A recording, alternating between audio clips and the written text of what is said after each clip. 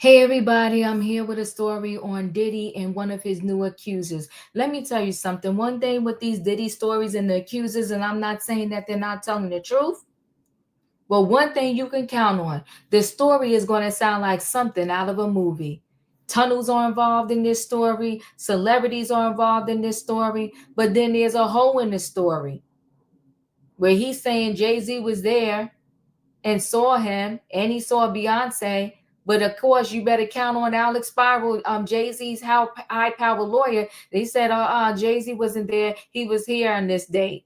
So they already found a hole in his story. I don't know if these people are, making stuff up because they want a payday. I don't know if they was there. Maybe they did some things that they consented to while they was there. But now that Diddy is in all this trouble, they figure, hey, why not? Why don't I get a payday? And just elaborate a story. And did they ever confirm that there is some tunnel in Diddy's home?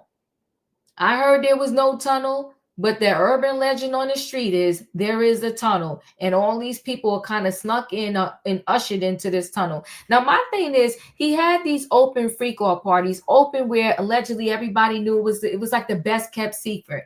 So if everybody kind of knew about it, why would he have to usher people in through a tunnel? I don't know. But let's get into this story because, it's a lot.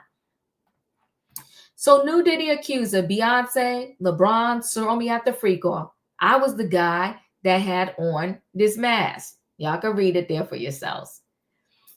Jay-Z attorney Alex Spiral tells TMZ Mr. Carter wasn't in Florida at the time to witness this incident. He was engaged in an easily findable public activities that prove he was not at this event. This is more nonsense that erodes the trust in our justice system. And it also kind of makes it hard for true victims when you have other people that's just trying to get a payday. Again, I don't know anything about this particular new accuser, but when you have people throwing smut in the game, it makes people give everybody the side eye. So rep for Gloria and Emilio Estefan tells CMZ, Gloria and Emilio Estefan strongly denied the allegations made. The property in question was never a home where Gloria and Emilio resided, but it was rather a house they owned for family use. There were no parties thrown at the property between 2012 and 2019. We have all necessary documentation to support these facts and will provide it to the court. A new Diddy accuser claims he was SA'd, AR'd, and humiliated at a freak-off party in Miami. And he says Jay-Z, Beyonce, LeBron James, and Gloria Estefan saw him in rough shape. Mm-mm.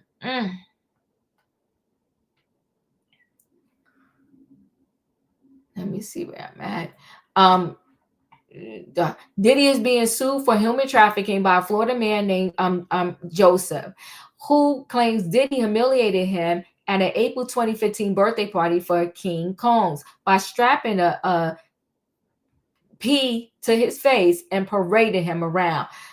It's interesting. King Combs was born on April Fool's Day. So go ahead and go through a timeline of all the things that Diddy is being accused of as soon as this commercial goes by. In the lawsuit obtained by TMZ, Joseph claims he was drugged and transported to Star Island in Miami for the big party in April 2015. He says he was first dragged into the back entrance of Emilio and Gloria Estefan's mansion, where a panicked Gloria saw his drug-induced stupor and demanded someone call an ambulance. The wild part about this, well, let's look at this timeline and then I'll go into it.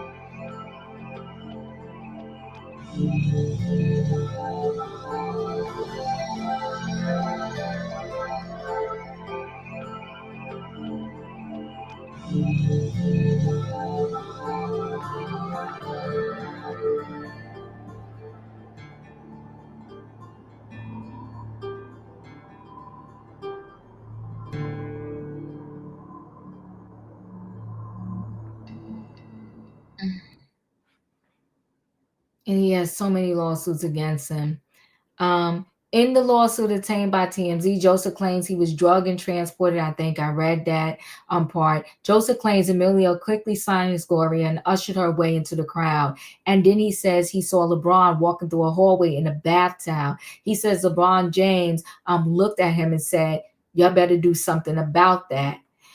In the docs, Joseph claims ex-porn star Andrea English then led him through a secret tunnel to Diddy's mansion, and he regained partial consciousness in a large party area where he noticed Beyonce and Jay-Z. Joseph claims when Beyonce saw him, she asked, "What's this? What is this all about? Why is this half-naked white man with a cock mask standing here in front of me?" He says one of Diddy's goons told Beyonce Diddy wants him to see what we do to snitches. This is part of his punishment.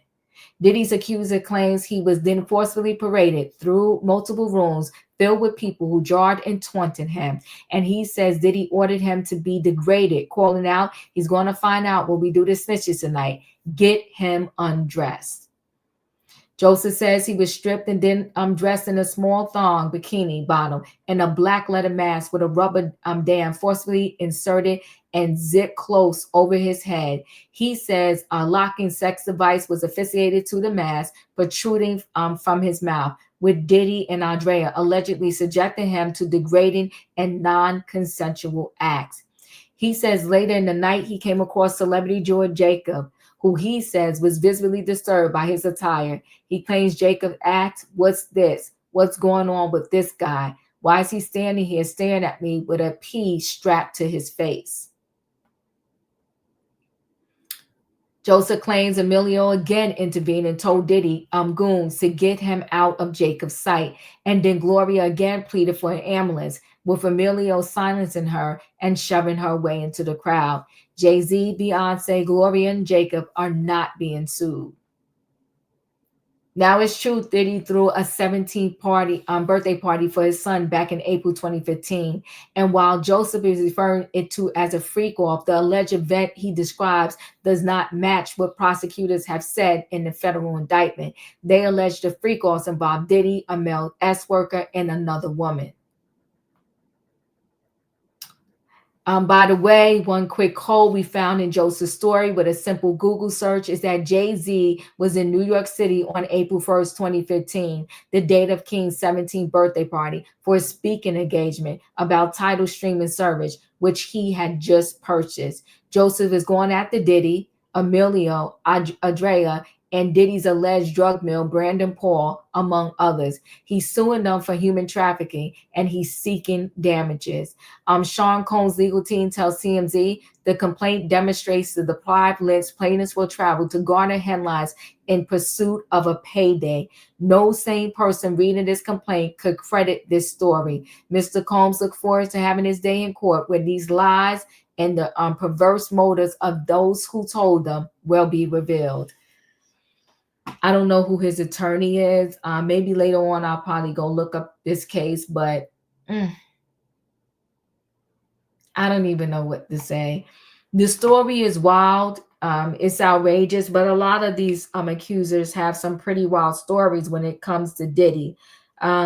Like I said, for all those that ever party with Diddy, I know they wish they could just blink their eye and just erase the fact that they ever partied with him. I will guarantee you this. I don't know what's going to happen in Diddy's trial, but I will guarantee you this.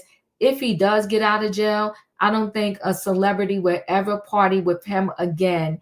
And if they did, they would be a fool. Anyway, guys, chat with me in the comments, and when I get an opportunity, I will chat back. If you're not a subscriber, subscribe. Hit the notification bell so that every time I upload a video, you will be notified. If you are a subscriber, welcome back. Everybody, thanks for watching. Let me know your thoughts on this story.